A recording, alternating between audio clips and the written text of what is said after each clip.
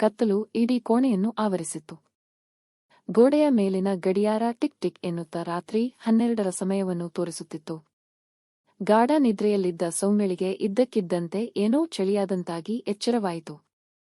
ಪ್ರತಿ ರಾತ್ರಿ ಅವಳನ್ನು ಅಪ್ಪಿ ಮಲಗುತ್ತಿದ್ದ ಅರವಿಂದ್ ಅಲ್ಲಿರಲಿಲ್ಲ. ಬಾತ್ರೂಂಗೆ ಹೋಗಿರಬಹುದು ಅಂದುಕೊಳ್ಳುತ್ತಾ ಕಣ್ಣುಜ್ಜುತ್ತಾ ಎದ್ದವಳಿಗೆ ಹಾಲಿನ ಕಡೆಯಿಂದ ಅತ್ಯಂತ ಮಂದವಾದ ಬೆಳಕು ಮತ್ತು ಯಾರೋ ಪಿಸುಗುಟ್ಟುವ ಧ್ವನಿ ಕೇಳಿಸಿತು. ಸೌಮ್ಯ ಮೆಲ್ಲನೆ ಹೆಜ್ಜೆ ಇಡುತ್ತಾ ಹಾಲಿನ ಕಡೆಗೆ ಹೋದಳು. ಅಲ್ಲಿ ಅರವಿಂದ್ ನಿಂತಿದ್ದ ಕಿಟಕಿಯ ಆಚೆ ಮುಖ ಮಾಡಿ ತೀರಾ ರಹಸ್ಯವಾಗಿ ಫೋನ್ನಲ್ಲಿ ಮಾತನಾಡುತ್ತಿದ್ದ. ಅವನ ಧ್ವನಿಯಲ್ಲಿ ಎಂದೂ ಇಲ್ಲದ ಧಾವಂತವಿತ್ತು. ಸೌಮ್ಯ ಗೋಡೆಯ ಮರೆಯಲ್ಲಿ ನಿಂತು ಉಸಿರು ಬಿಗಿ ಹಿಡಿದು ಕೇಳಿಸಿಕೊಂಡಳು. ಅರವಿಂದ್ ಹೇಳುತ್ತಿದ್ದ ಮಾತುಗಳು ಅವಳ ಕಿವಿಗೆ ಬಿದ್ದವು. ಹೌದು, ನಾಳೆ ಅದೇ ಜಾಗದಲ್ಲಿ ಭೇಟಿಯಾಗೋಣ. ಇನ್ಮುಂದೆ ತಡ ಮಾಡುವುದು ಬೇಡ. ನಿನ್ನ ಹತ್ತಿರ ಇರೋ ಆ ಪೇಪರ್ಸ್ ರೆಡಿ ಇಟ್ಕೋ. ಅವಳಿಗೆ ಅಂದರೆ ಸೌಮ್ಯಳಿಗೆ ಇನ್ನೂ ವಿಷಯ ಏನೂ ಗೊತ್ತಾಗಿಲ್ಲ. ಗೊತ್ತಾಗೋದು ಬೇಡ. ಎಲ್ಲವೂ ಮುಗಿಯುವವರೆಗೂ ಅವಳಿಗೆ ಈ ರಹಸ್ಯ ತಿಳಿಯಬಾರದು. ಆ ಮಾತು ಕೇಳುತ್ತಿದ್ದಂತೆ ಸೌಮ್ಯಳ ಕಾಲಡಿ ನೆಲವೇ ಜಾರಿ ಕತ್ತಲಲ್ಲಿ ಮುಳುಗಿದಂತಾಯಿತು. 10 ವರ್ಷಗಳ ಸುಖಿ ದಾಂಪತ್ಯ, 2 ಮುದ್ದಾದ ಮಕ್ಕಳು, ಜಗತ್ತೇ ಮೆಚ್ಚುವಂತಹ ಸಂಸಾರ. ಆದರೆ ಈ ಒಂದೇ ಒಂದು ಫೋನ್ ಕಾಲ್ ಅವಳ ಇಡೀ ನಂಬಿಕೆಯ ಕೋಟೆಯನ್ನು ಧೂಳೀಪಟ ಮಾಡಿಬಿಟ್ಟಿತು. ಅರವಿಂದ್ ಫೋನ್ ಇಟ್ಟು ವಾಪಸ್ ಬರುವಷ್ಟರಲ್ಲಿ ಸೌಮ್ಯ ಓಡಿ ಹೋಗಿ ಹಾಸಿಗೆಯ ಮೇಲೆ ಕಣ್ಣು ಮುಚ್ಚಿ ಮಲಗುವ ನಾಟಕ ಆಡಿದಳು. ಆದರೆ ಆ ಇಡೀ ರಾತ್ರಿ ಅವಳ ಕಣ್ಣಿಗೆ ನಿದ್ರೆ ಬರಲಿಲ್ಲ. ಕಣ್ಣೀರು ಮಾತ್ರ ತಡೆಯಿಲ್ಲದೆ ಹರಿಯುತ್ತಿತ್ತು. ಅವಳು ಯಾರು ಮತ್ತು ಅರವಿಂದ್ ತನ್ನಿಂದ ಏನು ಮುಚ್ಚಿಡುತ್ತಿದ್ದಾನೆ ಎಂಬ ಪ್ರಶ್ನೆ ಅವಳನ್ನು ಕೊರೆಯುತ್ತಿತ್ತು. ಮರುದಿನ ಬೆಳಗ್ಗೆ ಎಂದಿನಂತೆ ಸೂರ್ಯ ಮೂಡಿದರೂ ಸೌಮ್ಯಳ ಪಾಲಿಗೆ ಬದುಕು ಕತ್ತಲೆಯಾಗಿಯೇ ಇತ್ತು. ಅರವಿಂದ್ ಏನೂ ಅರಿಯದವನಂತೆ ಎಂದಿನಂತೆ ಪ್ರೀತಿಯಿಂದ ಮುತ್ತು ಕೊಟ್ಟು ಆಫೀಸಿಗೆ ಹೊರಟು ಹೋದ. ಆದರೆ ಸೌಮ್ಯಳಿಗೆ ಅವನ ಆ ಮುಖವಾಡದ ಹಿಂದೆ ಏನೋ ದೊಡ್ಡ ದ್ರೋಹ ಅಡಗಿದೆ ಅನ್ನಿಸತೊಡಗಿತು. ಗಂಡ ಹೋದ ತಕ್ಷಣ ಅವಳು ನೇರವಾಗಿ ಅವನ ಸ್ಟಡಿ ರೂಂಗೆ ಹೋದಳು. ಪ್ರತಿ ಬಾರಿ ಪಾಸ್ವರ್ಡ್ ಮುಚ್ಚಿಟ್ಟು ಟೈಪ್ ಮಾಡುತ್ತಿದ್ದ ಅರವಿಂದ್ ಆ ದಿನ ಆತುರದಲ್ಲಿ ಲ್ಯಾಪ್ಟಾಪ್ ಲಾಗ್ಔಟ್ ಮಾಡದೆ ಹೋಗಿದ್ದ. ಸೌಮ್ಯ ನಡುಗುವ ಕೈಗಳಿಂದ ಮೌಸ್ ಹಿಡಿದು ಫೋಲ್ಡರ್ಗಳನ್ನು ಹುಡುಕಲಾರಂಭಿಸಿದಳು. ಪರ್ಸನಲ್ ಎಂಬ ಹಿಡನ್ ಫೋಲ್ಡರ್ ಒಂದನ್ನು ತೆರೆದಾಗ ಅವಳ ಹೃದಯವೇ ನಿಂತಂತಾಯಿತು. ಅಲ್ಲಿ 10 ಫೋಟೋಗಳಿದ್ದವು. ಅರವಿಂದ್ ಒಬ್ಬ ಅಪರಿಚಿತ ಮಹಿಳೆಯ ಜೊತೆ ತುಂಬಾ ಆತ್ಮೀಯವಾಗಿ ನಗುತ್ತಾ ನಿಂತಿದ್ದ ಫೋಟೋ ಇತ್ತು. ಅವಳ ಮುಖದಲ್ಲಿ ಒಂದು ಮಾದಕ ಸೌಂದರ್ಯವಿತ್ತು. ಕಣ್ಣುಗಳಲ್ಲಿ ಏನೋ ರಹಸ್ಯವಿತ್ತು. ಕೆಳಗಿದ್ದ ಇಮೇಲ್ ವಿವರಗಳನ್ನು ನೋಡಿದಾಗ ಆ ಮಹಿಳೆಯ ಹೆಸರು ತಿಳಿಯಿತು. ಮಾಯಾ. ಮಾಯಾ ಎಂಬ ಆ ಹೆಸರನ್ನು ಉಚ್ಚರಿಸುವಾಗಲೇ ಸೌಮ್ಯಳ ಎದೆ ಬಡಿತ ಜೋರಾಯಿತು. ಹೆಸರಿಗೆ ತಕ್ಕಂತೆ ಅವಳು ಅರವಿಂದ್ನನ್ನು ತನ್ನ ಮಾಯಾವಲಿಯಲ್ಲಿ ಸಿಲುಕಿಸಿಕೊಂಡಿದ್ದಾಳೆ ಎಂದು ಅವಳು ಯೋಚಿಸಿದಳು. ಸೌಮ್ಯಳಿಗೆ ತಕ್ಷಣವೇ ಗಂಡನಿಗೆ ಫೋನ್ ಮಾಡಿ ಅರಚಾಡಬೇಕು, ಪ್ರಶ್ನಿಸಬೇಕು ಎನಿಸಿತು. ಆದರೆ ಅವಳೊಳಗಿನ ವಿವೇಕ ಅವಳನ್ನು ತಡೆಯಿತು. ದ್ರೋಹಕ್ಕೆ ಸರಿಯಾದ ಸಾಕ್ಷಿ ಇಲ್ಲದೆ ಕೇಳಿದರೆ ಅವನು ಸುಳ್ಳು ಹೇಳಿ ತಪ್ಪಿಸಿಕೊಳ್ಳಬಹುದು. ಆದ್ದರಿಂದ ಸತ್ಯವನ್ನು ಕಣ್ಣಾರೆ ನೋಡಲೇಬೇಕು ಎಂದು ಅವಳು ದೃಢವಾಗಿ ನಿರ್ಧರಿಸಿದಳು. ಮರುದಿನ ಅರವಿಂದ್ ಮಧ್ಯಾಹ್ನ ಆಫೀಸಿನಿಂದ ಹೊರಡುವಾಗ ಸೌಮ್ಯ ಆಟೋ ಒಂದರಲ್ಲಿ ಅವನನ್ನು ರಹಸ್ಯವಾಗಿ ಹಿಂಬಾಲಿಸಿದಳು. ಹೃದಯ ಬಾಯಿಗೆ ಬಂದಂತಾಗುತ್ತಿತ್ತು. ಅರವಿಂದ್ನ ಕಾರು ನಗರದ ಜನದಟ್ಟಣೆಯ ರಸ್ತೆಗಳನ್ನು ದಾಟಿ ಒಂದು ಐಷಾರಾಮಿ ಕಾಫಿ ಶಾಪ್ ಎದುರು ಬಂದು ನಿಂತಿತು. ಕಾರಿನಿಂದ ಇಳಿದ ಅರವಿಂದ್ ನೇರವಾಗಿ ಒಳಗೆ ಹೋದ. ಸೌಮ್ಯ ಕೂಡ ಮುಖಕ್ಕೆ ದುಪ್ಪಟ್ಟ ಮುಚ್ಚಿಕೊಂಡು ಯಾರ ಕಣ್ಣಿಗೂ ಬೀಳದಂತೆ ಮೂಲೆಯ ಒಂದು ಸೀಟಿನಲ್ಲಿ ಕೂತು ನಿಗಾ ಇಟ್ಟಳು. ಅಲ್ಲಿ ಆ ಫೋಟೋದಲ್ಲಿದ್ದ ಮಾಯಾ ಈಗಾಗಲೇ ಕಾಯುತ್ತಾ ಕುಳಿತಿದ್ದಳು. ಅರವಿಂದ್ ಅವಳ ಬಳಿ ಹೋಗಿ ಕುಳಿತುಕೊಳ್ಳುತ್ತಿದ್ದಂತೆ ಅವಳ ಕೈಗಳನ್ನು ತನ್ನ ಕೈಗೆ ತೆಗೆದುಕೊಂಡ. ಇಬ್ಬರ ಮುಖದಲ್ಲೂ ತೀವ್ರವಾದ ಚರ್ಚೆಯ ಭಾವವಿತ್ತು. ದೂರದಿಂದ ಇದನ್ನು ನೋಡಿದ ಸೌಮ್ಯಳ ಕಣ್ಣುಗಳಿಂದ ಧಾರಾಕಾರವಾಗಿ ನೀರು ಹರಿಯತೊಡಗಿತು. 10 ವರ್ಷಗಳ ತನ್ನ ಪವಿತ್ರ ಪ್ರೀತಿ ಇಷ್ಟೊಂದು ಸುಲಭವಾಗಿ ಸೋತು ಹೋಯಿತೆ ಎಂದು ಅವಳು ಒಳಗೊಳಗೆ ಸತ್ತು ಹೋಗುತ್ತಿದ್ದಳು. ಆದರೆ ಸ್ವಲ್ಪ ಸಮಯದ ನಂತರ ಅರವಿಂದ್ನ ಧ್ವನಿ ಸ್ವಲ್ಪ ಜೋರಾಗಿ ಕೇಳಿಸಿತು. ಸೌಮ್ಯ ತನ್ನ ಕಣ್ಣೀರು ಒರೆಸಿಕೊಂಡು ಸೂಕ್ಷ್ಮವಾಗಿ ಆಲಿಸಿದಳು. ಅರವಿಂದ್ ಹೇಳುತ್ತಿದ್ದ, ಮಾಯಾ, ಈ ಕೆಲಸ ಆದಷ್ಟು ಬೇಗ ಆಗಬೇಕು. ನನ್ನ ಹೆಂಡತಿಗೆ ದೊಡ್ಡ ಸರ್ಪ್ರೈಸ್ ಕೊಡಬೇಕು. ಅವಳು ನನ್ನ ಮತ್ತು ನನ್ನ ಕುಟುಂಬದ ಏಳಿಗೆಗಾಗಿ ತನ್ನ ಇಡೀ ಜೀವನವನ್ನೇ ತ್ಯಾಗ ಮಾಡಿದ್ದಾಳೆ. ಅವಳ ಆ ತ್ಯಾಗಕ್ಕೆ ನಾನು ಕೊಡುವ ಸಣ್ಣ ಕಾಣಿಕೆ ಇದು. ಆದರೆ ಅವಳಿಗೆ ಯಾವುದೇ ಕಾರಣಕ್ಕೂ ಅನುಮಾನ ಬರಬಾರದು. ಆ ಮಾತು ಕೇಳಿ ಸೌಮ್ಯಳಿಗೆ ಒಂದು ಕ್ಷಣ ತಲೆ ತಿರುಗಿದಂತಾಯಿತು. ಸರ್ಪ್ರೈಸ್, ತ್ಯಾಗ, ಇದೇನು ಮಾತನಾಡುತ್ತಿದ್ದಾನೆ ಇವನು ಎಂದು ಅವಳು ಗೊಂದಲಕ್ಕೊಳಗಾದಳು. ಅಷ್ಟರಲ್ಲಿ ಮಾಯಾ ತನ್ನ ಬ್ಯಾಗ್ನಿಂದ ಒಂದು ದಪ್ಪನೆಯ ಫೈಲ್ ತೆಗೆದು ಅರವಿಂದ್ ಕೈಗಿಟ್ಟಳು.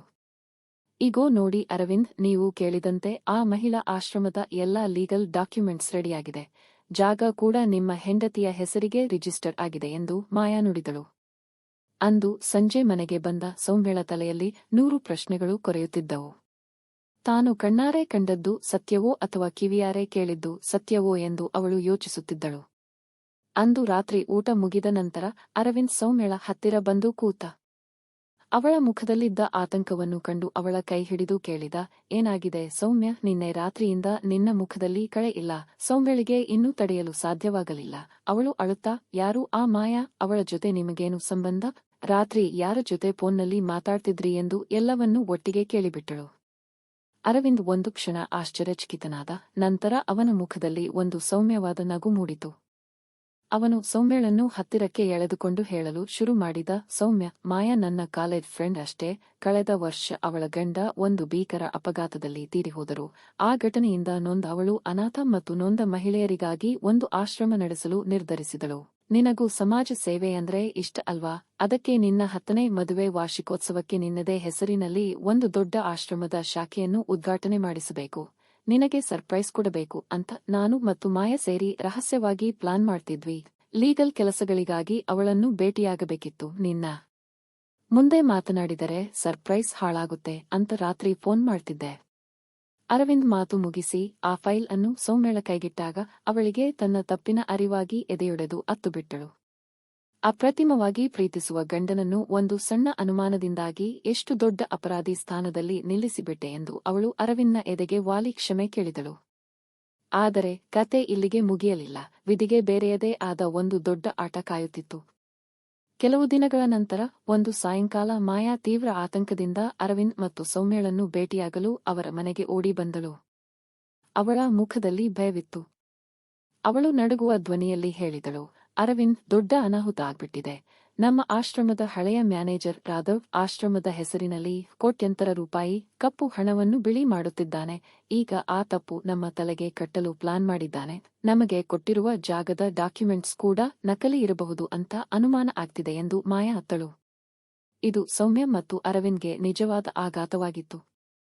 ಆಶ್ರಮ ಉಳಿಯಬೇಕಾದರೆ ಮತ್ತು ತಮ್ಮ ಹೆಸರು ಹಾಳಾಗಬಾರದು ಎಂದರೆ ಆ ರಾಘವನ ವಿರುದ್ಧ ಅಸಲಿ ಸಾಕ್ಷಿಗಳನ್ನು ಸಂಗ್ರಹಿಸಬೇಕಿತ್ತು. ಸೌಮ್ಯ ಈ ಬಾರಿ ಹಿಂದೆ ಸರಿಯಲಿಲ್ಲ. ತಾನು ಗಂಡನನ್ನು ಅನುಮಾನಿಸಿದ ತಪ್ಪಿಗೆ ಪ್ರಾಯಶ್ಚಿತ್ತವಾಗಿ ಅವಳು ಕೂಡ ಅರವಿಂದ್ ಮತ್ತು ಮಾಯಾ ಜೊತೆ ಕೈಜೋಡಿಸಿದಳು. ಮೂವರು ಸೇರಿ ರಹಸ್ಯವಾಗಿ ಕಾರ್ಯಾಚರಣೆ ನಡೆಸಿ ರಾಘವನ ಆಫೀಸಿಗೆ ನುಗ್ಗಿ ಅವನು ಮಾಡುತ್ತಿದ್ದ ವಂಚನೆಯ ಎಲ್ಲಾ ಅಸಲಿ ದಾಖಲೆಗಳನ್ನು ಹಾಗೂ ಆಡಿಯೋ ರೆಕಾರ್ಡಿಂಗ್ಗಳನ್ನು ಕಷ್ಟಪಟ್ಟು ಕಲೆಹಾಕಿದರು. ಪೊಲೀಸರಿಗೆ ದೂರು ನೀಡಲಾಯಿತು. ಕೊನೆಗೂ ಆ ವಂಚಕ ರಾಘವ್ ಸಾಕ್ಷಿ ಸಮೇತ ಸಿಕ್ಕಿಬಿದ್ದು ಕಂಬಿ ಎಣಿಸುವಂತಾಯಿತು. ಆಶ್ರಮ ಮತ್ತು ಅರವಿಂದ್ನ ಗೌರವ ಎರಡೂ ಉಳಿಯಿತು. ಕೆಲವು ವಾರಗಳ ನಂತರ ಸುಂದರವಾದ ಮುಂಜಾವಿನಲ್ಲಿ ಆ ಹೊಸ ಮಹಿಳಾ ಆಶ್ರಮದ ಉದ್ಘಾಟನಾ ಸಮಾರಂಭ ನಡೆಯುತ್ತಿತ್ತು. ಆಶ್ರಮದ ಬೋರ್ಡ್ ಮೇಲೆ ದೊಡ್ಡ ಅಕ್ಷರಗಳಲ್ಲಿ ಬರೆಯಲಾಗಿತ್ತು, ಸೌಮ್ಯ ಮಹಿಳಾ ಆಶ್ರಮ. ಸಮಾರಂಭದ ಮುಖ್ಯ ವೇದಿಕೆಯಲ್ಲಿ ಮೈಕ್ ಹಿಡಿದು ನಿಂತ ಮಾಯಾ ನೆರೆದಿದ್ದ ಜನರ ಮುಂದೆ ಕಣ್ಣೀರಿಡುತ್ತಾ ಹೀಗೆ ಹೇಳಿದಳು, ಇವತ್ತು ಈ ಆಶ್ರಮ ತಲೆ ಎತ್ತಿ ನಿಲ್ಲಲು ಕಾರಣ ಅರವಿಂದ್ ಅವರ ಪ್ರಾಮಾಣಿಕತೆ ಮತ್ತು ಅವರ ಧರ್ಮಪತ್ನಿ ಸೌಮ್ಯ ಅವರ ಅಚಲವಾದ ನಂಬಿಕೆ. ಸೌಮ್ಯ ಒಂದು ಕ್ಷಣ ತನ್ನ ಗಂಡನನ್ನು ಅನುಮಾನಿಸಿ ಹಿಂದೆ ಸರಿದಿದ್ದರೂ ಇವತ್ತು ನಾವ್ಯಾರೂ ಇಲ್ಲಿರುತ್ತಿರಲಿಲ್ಲ. ಒಬ್ಬ ಹೆಂಡತಿಯ ನಂಬಿಕೆ ಮತ್ತು ಒಬ್ಬ ಗಂಡನ ಪ್ರಾಮಾಣಿಕತೆ ಒಂದಾದರೆ ಜಗತ್ತಿನ ಯಾವುದೇ ಮೂರನೇ ವ್ಯಕ್ತಿ ಅಥವಾ ಕೆಟ್ಟ ಶಕ್ತಿ ಆ ಸಂಬಂಧವನ್ನು ಮುರಿಯಲು ಸಾಧ್ಯವಿಲ್ಲ. ಸೌಮ್ಯಳ ಕಣ್ಣಾಲಿಗಳು ತುಂಬಿ ಬರಲು ಪಕ್ಕದಲ್ಲೇ ನಿಂತಿದ್ದ ಅರವಿಂದ್ನ ಕೈಗಳನ್ನು ಗಟ್ಟಿಯಾಗಿ ಹಿಡಿದುಕೊಂಡಳು. ಅವಳಿಗೆ ಇವತ್ತು ಬದುಕಿನ ಅತ್ಯಂತ ದೊಡ್ಡ ಸತ್ಯ ಅರ್ಥವಾಗಿತ್ತು. ಕೆಲವೊಮ್ಮೆ ನಮ್ಮ ಕಣ್ಣಿಗೆ ಕಾಣುವುದು, ಕಿವಿಗೆ ಕೇಳುವುದು ಮಾತ್ರವೇ ಸಂಪೂರ್ಣ ಸತ್ಯವಾಗಿರುವುದಿಲ್ಲ. ಅದರ ಹಿಂದೆ ನಮಗೆ ತಿಳಿಯದ ಇನ್ನೊಂದು ಮುಖವಿರುತ್ತದೆ.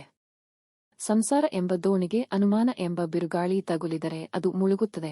ಅದೇ ನಂಬಿಕೆ ಎಂಬ ದಿಕ್ಸೂಚಿ ಇದ್ದರೆ ಅದು ಯಶಸ್ಸಿನ ದಡ ಸೇರುತ್ತದೆ. ನಮ್ಮ ಕತೆ ನಿಮಗೆ ಇಷ್ಟವಾಗಿದ್ದರೆ ದಯವಿಟ್ಟು ಈ ವಿಡಿಯೋಗೆ ಒಂದು ಲೈಕ್ ಮಾಡಿ ಮತ್ತು ನಮ್ಮ ಚಾನೆಲ್ను ಸಬ್ಸ್ಕ್ರೈಬ್ ಮಾಡಿಕೊಳ್ಳಿ.